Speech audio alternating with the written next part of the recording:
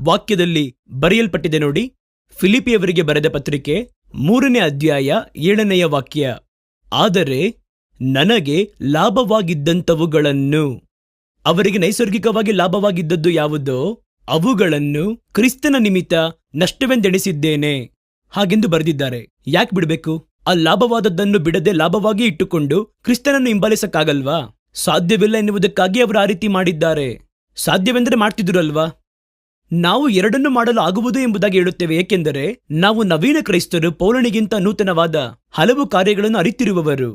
ಪೌಲನು ಪಾಪ ಹುಚ್ಚ ಆತನು. ಅವ್ರಿಗೇನ್ ಗೊತ್ತು? ನಮಿಗೊತ್ತು.